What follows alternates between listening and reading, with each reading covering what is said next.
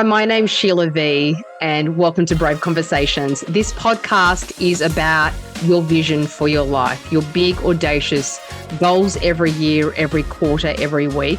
And what is the larger vision and dream that you hold for yourself? And this is specifically for women. In my years and years of coaching women, I've realized there are three problems with the visions women hold. The first is we have no vision. The second is we have a false vision. And the third is we have a vision that is small. So let's talk about these different visions. The first is no vision. So when I coach women, I'll ask them, what do you want for your career in the next 10 years? Or if they're single, I'll say, what does this soulmate, this person, what do they bring to your life? How do you show up for them? What does your relationship look like? Do you want kids or not? So they have no vision. And I've been this person in the past. I had this amazing career, right? So I had a big vision for my career, but I had no vision for my personal life. And because I had no vision for my personal life, I put no energy into my personal life. And the universe gave me nothing back. I didn't have successful romantic relationships and I didn't have a child. When I created a vision for my romantic life, and my fertility journey, well, I got married and had a child. Yes, in my late 40s, but it did happen. So the first problem we have is we have no vision for ourselves. So a really expanded, amazing life, a life of our wildest dreams, if I may, has a vision for every part of our life, not just our career, our romantic life, our family, raising kids, our fitness, our well-being, our finances, our personal brand, the ways we have fun, the ways we play. Do you have a vision for all these parts of your life? The biggest mistake we make is we have one vision, a career vision, or we have our family vision as mothers. We want to have a family that looks a certain way with no career vision. The most expanded life involves showing up in all facets of our life. So no vision is the first problem I find when I coach women. The second is the false vision. So the false vision tends to start early in life. And this particularly applied to me. I became a chartered accountant and a financial executive. Now, I did want to become a financial executive. I don't know if I wanted to become an accountant.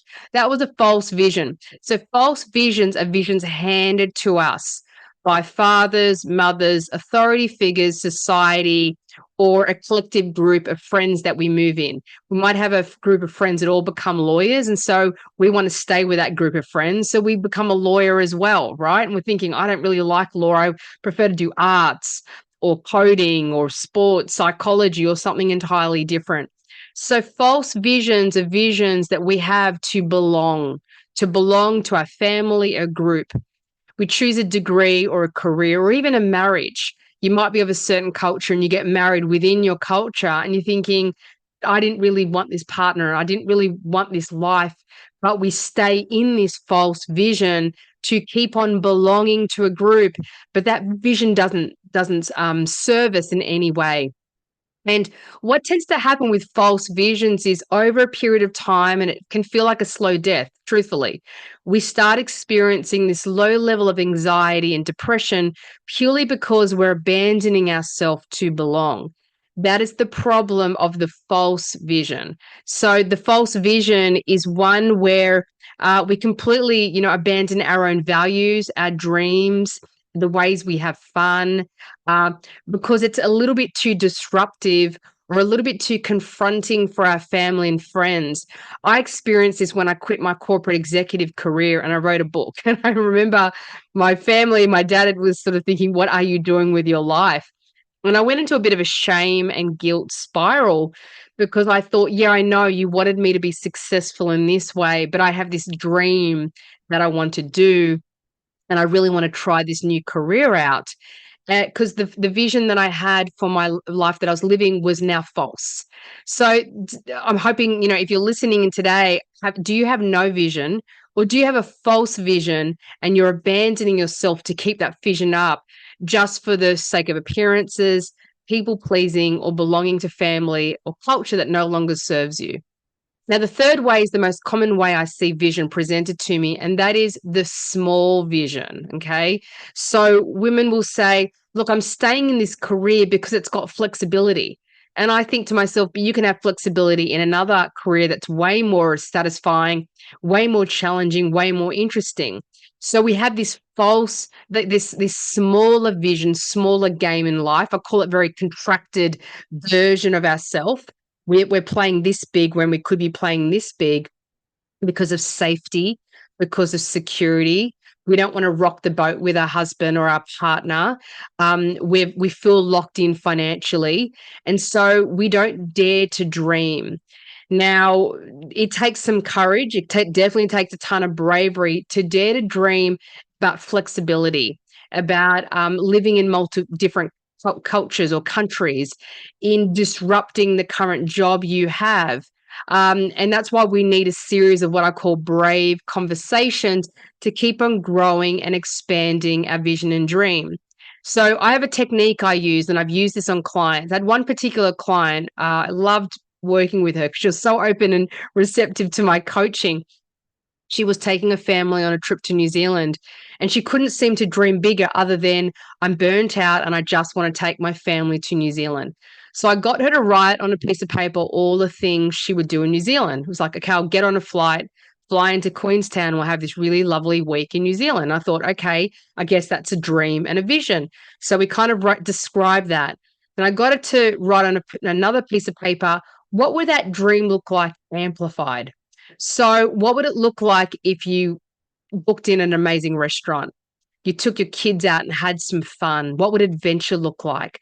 What would it look like? A bit of self-care. What would it look like to spend a bit of money on yourself? Is there anyone you want to meet over there? What kind of interesting experiences would you like to have? So I started to ask her these questions that got her to think in a different way about the holiday. I started to go from a small vision to a medium-sized vision, right? And then after we did that, I could see a smile on her face, and I could see kind of her eyes moving around. She was cognitively thinking, wow, okay, this could be an even bigger and better week than I originally planned. Then we got a third piece of paper, and I said, what miracles and incredible experiences could you create in this week that you've never thought about? Could you go bungee jumping? Could you do more adventure? Could you get discounts and free things? Could you meet some famous people? Could you meet some friends over there? Could you have more dynamic conversations? Could you have a little bit of romance for yourself? And I got her to think in a way that she's never thought. Now, the outcome of this is she went away and she didn't get all of that, I understand, but she got way more of a holiday than she originally planned for. Now, this is not just about holidays. This is about the way we dream. We have something called an upper limit. There's a great book called The Big Leap by Gay Hendricks. Gay Hendricks talks about the upper limit that we create to the amount of happiness, abundance, fun, and freedom in our life. We have a limited tolerance to the amount of good things that we allow in our life. And I know this because this was me in the past. I've worked over the years to expand my tolerance for fun, opportunities, miracles, amazing things coming in. So I want you to think about an experience, a relationship, a job opportunity coming up in the next month, something you're looking forward to, or is something you're worried about in the next month. I want you to get 3 bits of paper. On the first bit of paper, I want you to create what you think you would like to happen. Push that paper to the side after you do that. On the second piece of paper, I want you to look at all those statements you wrote down. I want you to add to it. So if it's a nice meal, it's a nice meal with great wine, great music, so much laughter, right? Amplify every statement by adding more abundance, more laughter, more fun, more freedom, more visibility, whatever that is. And on the third piece of paper, I want you might need a mentor or a friend. You might need to move more into a dream state. You might need to even take yourself out of it and put someone famous in, or someone entirely different, your alter ego, and go, what could happen to that person? Now, this is how I truly live my life. When I do a talk, or I'm going on a holiday or a speaking tour or a gig or anything I'm creating right now, I sit and think, how can I amplify, amplify, and amplify it? Problem with our visions as women is because we don't have a vision. It's a small vision, or it's a false vision. Now, I want you to look at where are you doing that in your life, professionally, personally, in your dating life, relationships, relationships with your kids, and how can you start expanding your vision for yourself? Not worrying about what anyone else thinks or what anyone else's judgment could be. What do you truly want for yourself? This is a muscle that we've got to build to be brave and expect the biggest, boldest vision for your life and yourself. And this impacts your relationships, your children, the amount of money in your bank account. Trust me, this is something I literally use as a tool. And I wanted to give it to you in this little podcast, the power of holding big, audacious, juicy vision for yourself, and the three main ways we let ourselves down as women when it comes to our vision and goals. My name's Sheila V. Thank you for tuning into Brave Conversations.